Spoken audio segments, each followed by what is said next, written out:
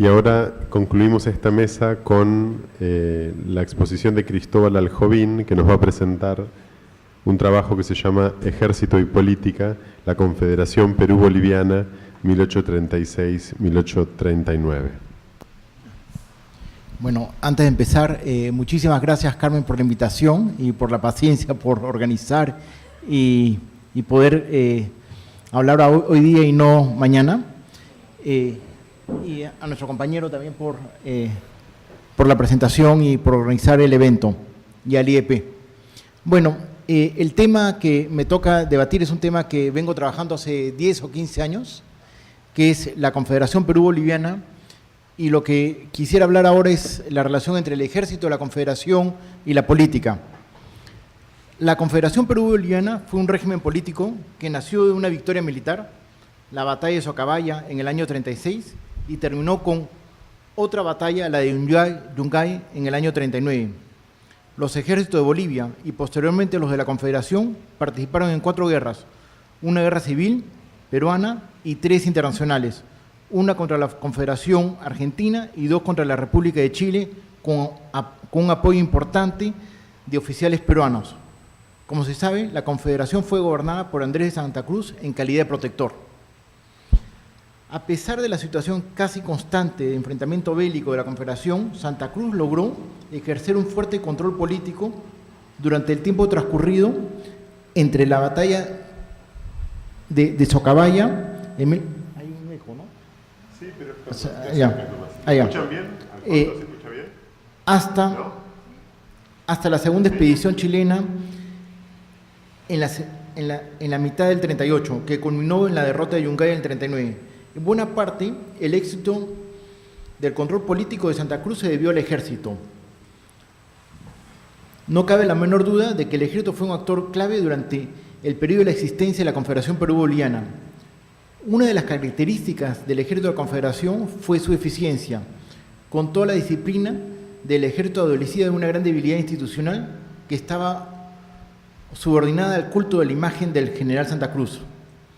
Es Santa Cruz el que impone la agenda del gobierno, del ejército, es un líder indiscutible, pero Santa Cruz es sobre todo un líder que fue un gran administrador, que tuvo una gran capacidad logística, como vamos a ver, pero fue un mal militar.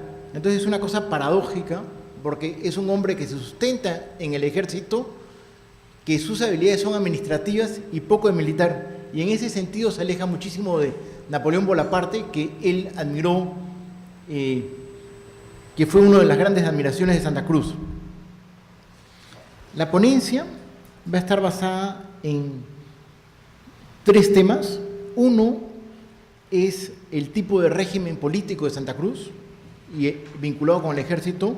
2, discutir sobre el ejército unido, el ejército de la Confederación. Y 3, la construcción de la imagen del ejército durante la Confederación.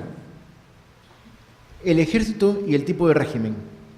No hay que confundir un actor clave en el contexto histórico de una política militarizada como un régimen basado únicamente en el ejército o en el caudillo militar.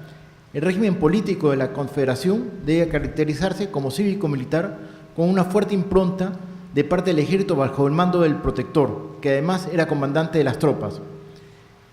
El ejército se concebía tanto a nivel jurídico como en discurso político de manera monolítica, como sometido a la obediencia del mando del protector. En ese sentido, la institución no era considerada como deliberante, como era el caso regularmente de los regímenes militares.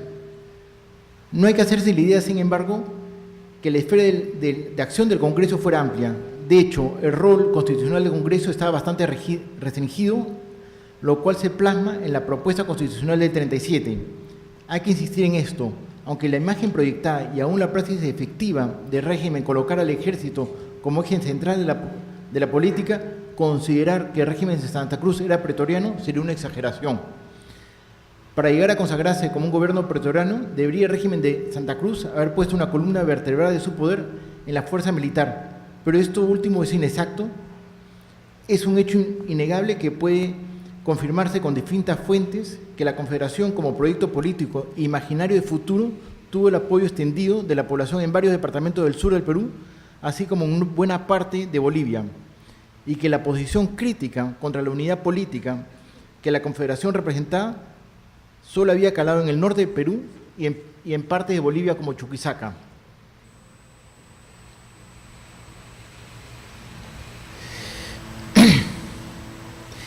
Santa Cruz, un recurso constante de preocupación de Santa Cruz fue la imagen pública. En una carta Gamarra le escribe: supongo que no has olvidado hacer escribir en la imprenta de Puno contra las miras de Salaverry, y a quien es preciso presentar como un desorganizador y como el jefe de la anarquía del Perú. En los papeles de Bolivia se escribiría del mismo modo y el ataque de la prensa será combinado con el de las armas, ¿no? Esto es una constante en la política caudillesca peruana, que Charles Borges lo ha descrito magníficamente bien en un lindo capítulo de su trabajo sobre Gamarra, en la cual estas ciudades peruanas y andinas eran ciudades donde corría muchísimo, no solamente la pólvora, sino la tinta, los escritos, los periódicos, etc.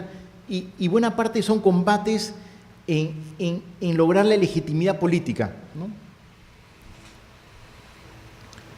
En otra carta, al vicepresidente Mariano Enrique Calvo describe la situación política después de la victoria de Yanacocha contra el ejército de Gamarra, quien había traicionado a Santa Cruz en los siguientes términos: Gamarra, sin embargo, había ganado mucho por su causa y conmovido bastante la opinión pública contra nosotros, pero cuento con la victoria y nuestra buena comportación cambiarán las opiniones. Entre tanto, puede usted creer que nuestro poder es ya incontrastable para influir en adelante del modo que más convenga a la causa de Bolivia, ¿no?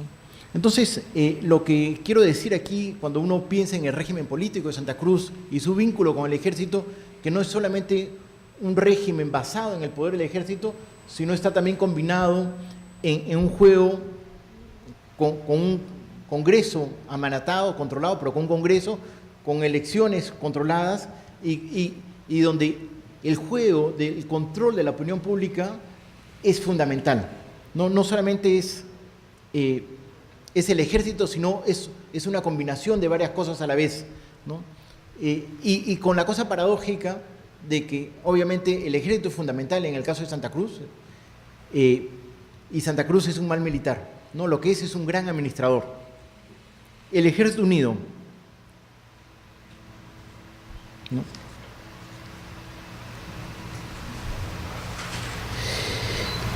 El ejército de Santa Cruz, y sobre todo voy a hablar del ejército posterior a la derrota de Salaverry, es un ejército que, a diferencia del ejército peruano de la República temprano, es un ejército bastante bien organizado.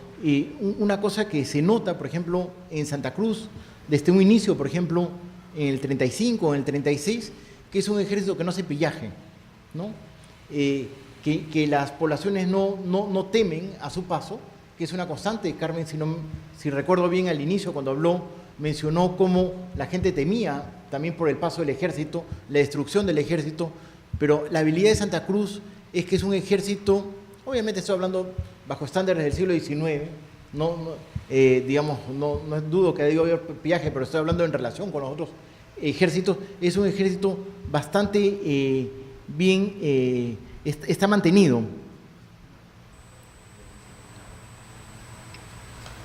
No.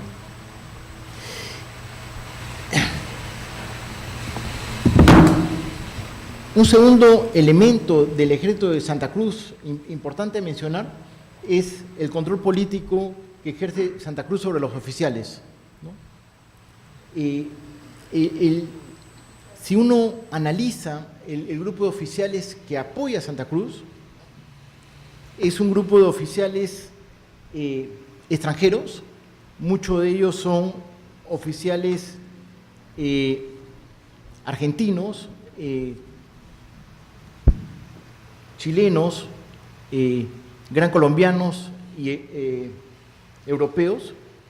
Podemos mencionar algunos: el general Ramón Herrera, que era chileno, a los generales Francisco Anglada, Jerónimo Vallagra, Elías Bedoya y Rufino Martínez Otero, y el mariscano Necochea, que eran argentinos, el general Brown, que era alemán, el general Blas Cerdeña, en las Islas Canarias había nacido, Pardo Cela era español, los generales Trinidad Morán, Aparicio, Espino, García de Río, Gran Colombiano, y a los generales Miller y O'Brien de Inglaterra, que implicaba este factor de que los generales eran extranjeros, era que estos eran generales que de algún modo su máxima aspiración eran los grandes puestos en el ejército y no podían aspirar a la mayor aspiración de un general peruano, que era la presidencia de la República.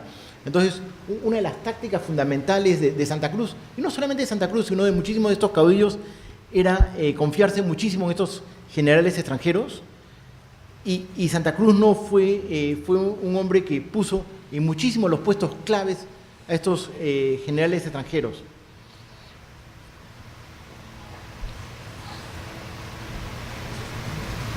Otro punto interesante del manejo de Santa Cruz fue el manejo en relación al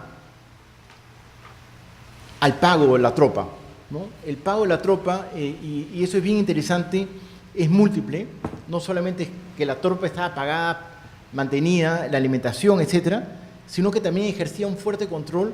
Por ejemplo, cuando la tropa regresaba, pero tengo poca evidencia, tengo algo, en parte le he dicho a Carmen que este paper, antes de publicar, tengo que ir a Bolivia a buscar la información, es que tenía un fuerte control.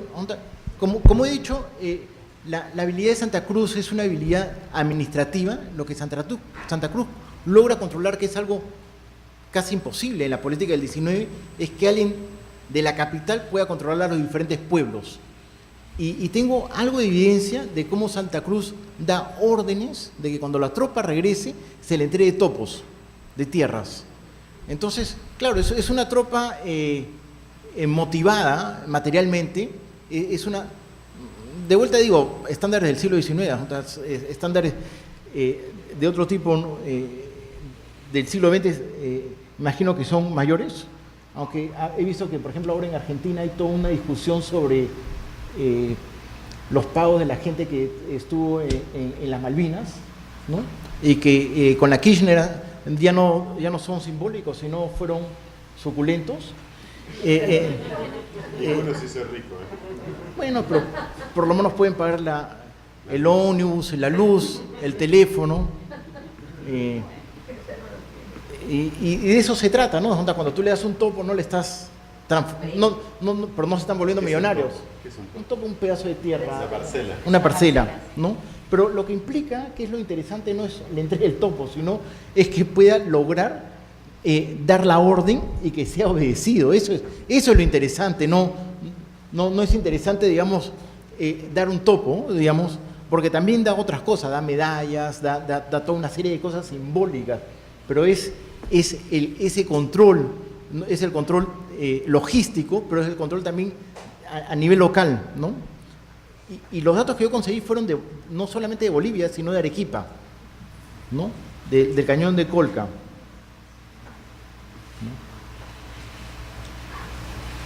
Entonces, otro aspecto importante en el ejército del 19 es el tema de las lealtades, que también Carmen mencionó, que es un tema bastante complejo para el 19, porque las lealtades son bastante curiosas, digamos.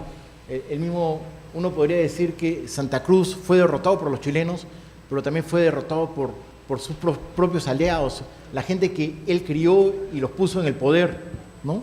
Y lo que pasa también en el ejército decimonónico, y eso lo aprendí bastante bien en unas memorias de Echenique, que Echenique le piden que ocupe un mando de un batallón, y él prefiere crear un batallón de la nada que uno antiguo, porque ese antiguo ya tiene sus relaciones de poder, su cuestión política, sus traiciones, digamos, porque justamente la gracia del ejército es que las órdenes sean obedecidas de arriba abajo, y aquí a la mitad desobedecían y se volteaban.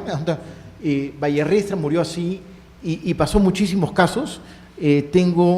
Bueno, el caso más famoso, digamos, de inicio de la República es una traición, que es el batallón de Numancia. Obviamente, como somos peruanos, no lo vemos como traición. Y para el caso de Santa Cruz hubo varios. Uno de ellos fue, por ejemplo, el episodio del batallón Cusco, que ante la inminente caída de la Confederación, en el mes del 39, hay rebelión en la tropa, los oficiales se retiran, etc. Y tienen que... es un ejército convulsionado, y creo que una de las habilidades de Santa Cruz cuando ejerció el poder era que el ejército estaba bastante bien controlado.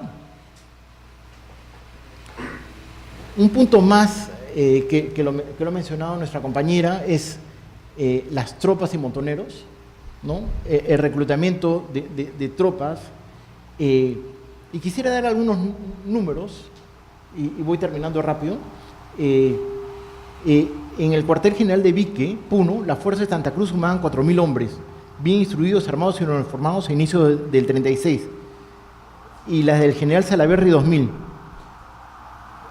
Por otro lado, el mariscal Gamarra tenía 4.000 soldados de armas, además de 6.000 indígenas organizados en guerrillas. Estamos hablando de ejércitos de 6.000, 8.000, 10.000 máximo. En una situación especial, el ejército de Santa Cruz tenía 16.000, pero en todo el territorio de la Confederación Perú-Boliviana. Digamos que aquí también podríamos retomar el pensamiento de Tilly, y en verdad la capacidad coercitiva del Estado era muy pobre. Es un mundo de haciendas, es un mundo que la coerción de la fuerza del Estado para coercionar y tener un ejército numeroso no es verdad, digamos, porque estos señores están jugando la vida, digamos, y van a querer tener ejércitos fuertes, pero los números que yo manejo son unos números bastante pobres, y eso se conjuga con esta cuestión de las montoneras ya mencionadas, pero las montoneras también tienen una peculiaridad usualmente, es que no se movilizan grandes distancias, ¿no? Y hay un último punto que quisiera mencionar, es el caso del fusilamiento de Salaverry, ¿no? El castigo a los rebeldes, o el castigo a los rebeldes es algo bastante curioso, porque todo depende de cómo uno lo lea, pero es un caso peculiar porque previamente habían fusilado a Vallarriestra, que había estado vinculado a Santa Cruz, y Santa Cruz escribe duramente a Orbegoso diciendo: hay que fusilar y castigar para que eso no retome y no vuelva a ocurrir, ¿no? Pero aquí lo interesante es que, por ejemplo, si uno lee a Santiago Tábara, etcétera, los grandes personajes del 19, el castigo, la pena de muerte, no era algo común, ¿no? Es algo poco común, digamos. Es un país poco ideologizado también, ¿no? Porque la ideología es la que te puede de algún modo convencer, matar al otro y dormir tranquilo, digamos. Entonces, este es un mundo de guerras donde se mata en las batallas, se mata a los indígenas, porque una vez Neil le hice la referencia de los indígenas y me dijo, de los fusilados, me dijo: no cuentas a los indígenas. Pero digamos, es un mundo donde ese castigo feroz no se da, que es el fusilamiento, y Santa Cruz fue uno de los pocos que en un momento dado lo hizo, y fue duramente criticado por sus aliados. Y aquí acabo. Gracias. Excelente.